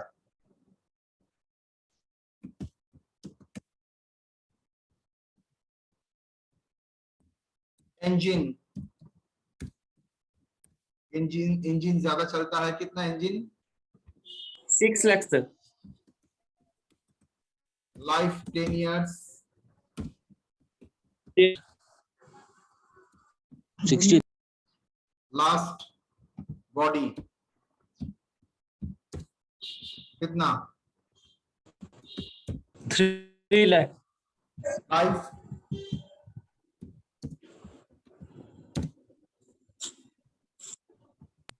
50,000 sir.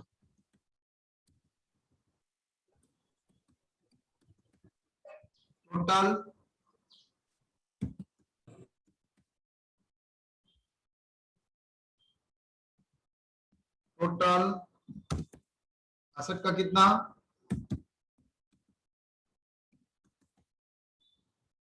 तो डिप्रिसिएशन के अमाउंट होगा,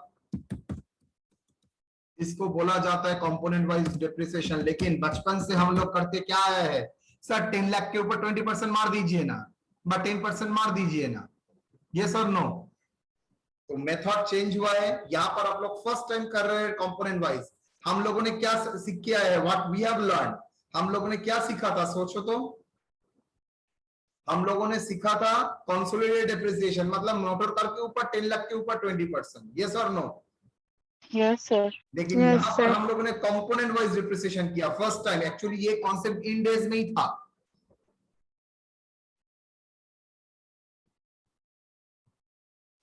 दैट इज, चाहे तो आप कंपोनेंट वाइज डिप्रिसिएशन, ये component wise depreciation straight line, यहाँ पर मैंने सब जगह में स्ट्रेट लाइन फॉलो किया, हो ही सकता है tyre straight line, engine diminishing, body straight line.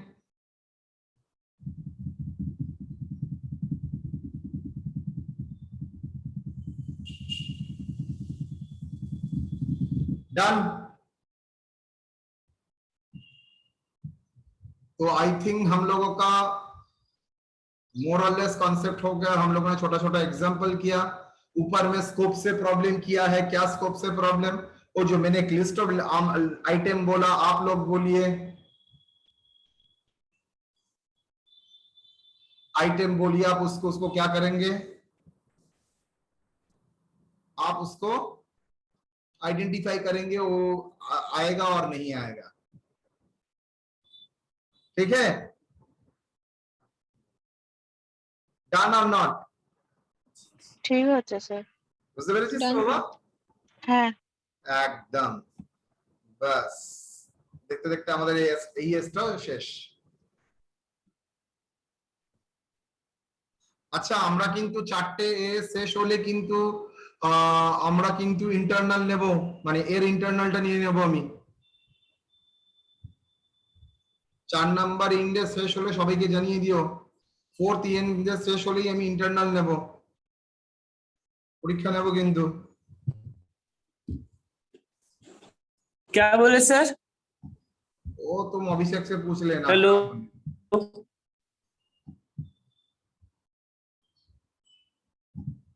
इसके बाद ही हम लोग एग्जाम लेंगे। ओके सर, इंटरनल होगा 4th क्लास के बाद। ओ चा, मतलब वो करने के बाद एक दिन में 1 घंटा का टाइम दूंगा, आप लोगों का कोई डाउट है तो क्लियर करने के बाद हम लोग उसके बाद एग्जाम लेंगे, ठीक है? Okay sir. एकदम मजा करना। रोल नंबर बोलो जल्दी। Roll number 5। Sir 4। Sir 2 sir. 2 4 5 sir 1 6 6 7 আছে অনিশা। আচ্ছা Sir, কি স্যার থাকি রোড ও রোজ থাকো, আমি জানি তো তুমি আমার ভালো মেয়ে। Good sir girl. এখন করে নেটওয়ার্ক প্রবলেমের জন্য অ্যাটেন্ডেন্সের টাইমে আমি থাকতে পারি না। আচ্ছা আচ্ছা 7 এর পরে 9 কি সাহেব এসছে না? 11, 12, 11 12 উম্মি 13 yes sir রসানো আছে আর 14 কত 14 sir 14 दे दिया है 18। আচ্ছা এই জায়গাগুলো কালো করা যাবে না, আচ্ছা হলুদ দিয়ে বর্ডার করা যাবে না?